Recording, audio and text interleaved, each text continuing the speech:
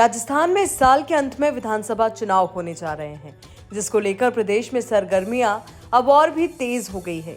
चुनाव को लेकर जहां भाजपा और कांग्रेस अपना सियासी गणित बैठाने में लगी हुई है, वहीं तीसरा मोर्चा भी सक्रिय होकर इनका गणित बिगाड़ने की तैयारी कर रहा है।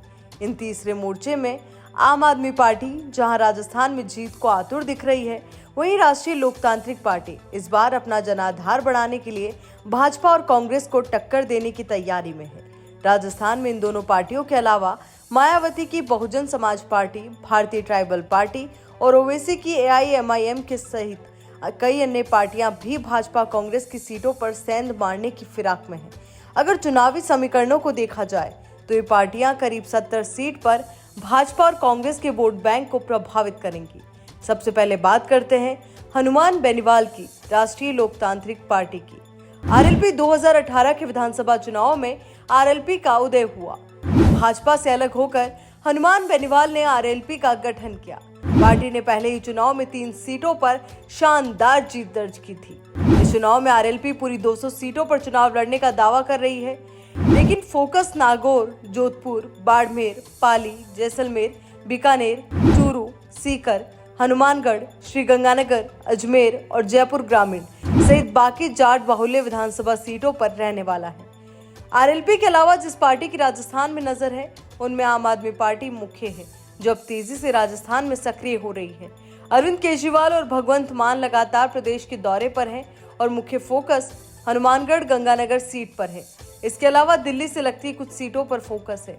2018 में विधानसभा चुनाव और 2019 के लोकसभा चुनाव में कुछ सीटों पर उतरी थी, लेकिन उसे एक भी सीट नसीब नहीं हो पाई थी। राजस्थान ने नकार दिया था, लेकिन पंजाब में अपनी पताका फहराने के बाद अब राजस्थान पर फोकस है। ऐसे में भाजपा कांग्रेस के राजनीतिक समीकरण बिगाड़ने की तैयारी कर रही है। आम आदमी पार्टी का फोकस श्रीगंगानगर और हनुमानगढ़ में 11 विधानसभा सीटों पर है। इसके अलावा पार्टी अलवर और जयपुर में भी पूरी ताकत के साथ चुनाव लड़ने की तैयारी में है। इसके अलावा बहन जी की मायावती भी एक बार फिर से राजस्थान में चुनाव लड़ने की तैयारी कर रही हैं। बीते 3 चुनावों से बसपा से विधायक जीतकर विधानसभा पहुंचे, लेकिन जब जब गहलोत की सरकार बनी, बसपा के विधायकों ने कांग्रेस ज्वाइन कर ली और बहन जी के हाथ खाली ही रहे। इस बार भी मायावती की बसपा पूरी 200 सीटों पर चुनाव लड़ने की बात कर रही है, लेकिन मुख्य फोकस 60 सीटों पर बना हुआ है, जो SC, ST और आदिवासी बाहुल्य हैं। जिन सीटों पर मायावती का फोकस है वो सीटें हैं भरतपुर, धौलपुर, करौली, अलवर, सवाई माधोपुर, दौसा, झुंझुनू, चूरू, हनुमानगढ़, श्रीगंगानगर, बाड़मेर, जालोर, सीकर, झुंझुनू, चूरू, हनुमानगढ़, श्रीगंगानगर, बाड़मेर, जालोर और सिरोही जिलों की विधानसभा सीटें। अब सच ये भी है कि हनुमान बेनीवाल की RLP हो या फिर अरविंद केजरीवाल की आप, दोनों ही सचिन पर नजरें गड़ा कर बैठे हैं कि अगर सचिन पायलट उनके साथ जुड़ जाए, उनकी पार्टी में आ जाए या फिर अलग पार्टी बनाकर चुनाव लड़े, तो फिर राजस्थान में तीसरे मोर्चे के आसार बन सकते हैं, क्योंकि इतिहास गवाह है कि राजस्थान में तीसरा मोर्चा कभी खड़ा नहीं हो पाया।